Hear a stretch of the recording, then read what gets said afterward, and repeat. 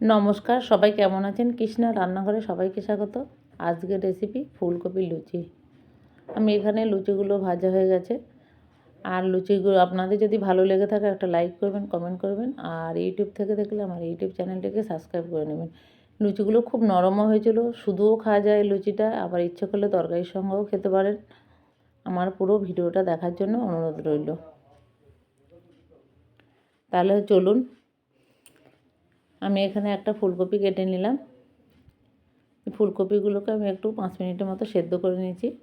সেদ্ধ করার পর একটা আমি মিক্সি নিয়ে নিলাম। আমি 2টো কাঁচা লঙ্কা দিয়ে দিলাম। দিয়ে এবার ফুলকপিগুলোকে আমি পেস্ট করে নিলাম। দেখুন পেস্টটা কতটা সুন্দর হয়েছে। দিয়ে একটা পাত্রের মধ্যে আমি ঢেলে নিলাম। ঢেলে নেওয়ার পর আমি স্বাদ মতো নুন দিয়ে দিলাম আর একটু লঙ্কা গুঁড়ো দিয়ে দিলাম। তার আগে আমি ঝালটা দিয়েছিলাম, 2টো লঙ্কা দিয়েছিলাম।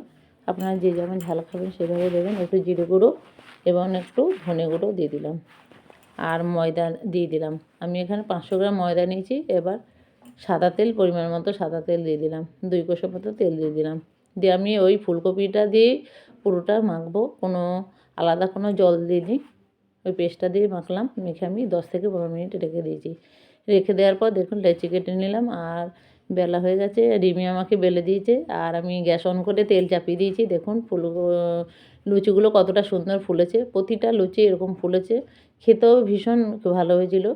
আপনারা একবার এইভাবে বাড়িতে বানিয়ে দেখবেন। এখন তো ফুলকপির সিজন। আবার আপনারা ইচ্ছা করলে একটু ধনেপাতা কুচিও দিতে পারেন। সেদিন আমার কাছে ধনেপাতা ছিল না। আর ইচ্ছা করলে তরকারির সঙ্গে খেতে পারেন। রিমি একটু ছোলার ডাল খেতে ভালোবাসে, ওর জন্য আমি একটু ছোলার ডাল করেছি। আপনারা সবাই ভালো থাকবেন, সুস্থ থাকবেন। আমার পুরো ভিডিওটা দেখার জন্য আপনাদেরকে অনেক অনেক ধন্যবাদ।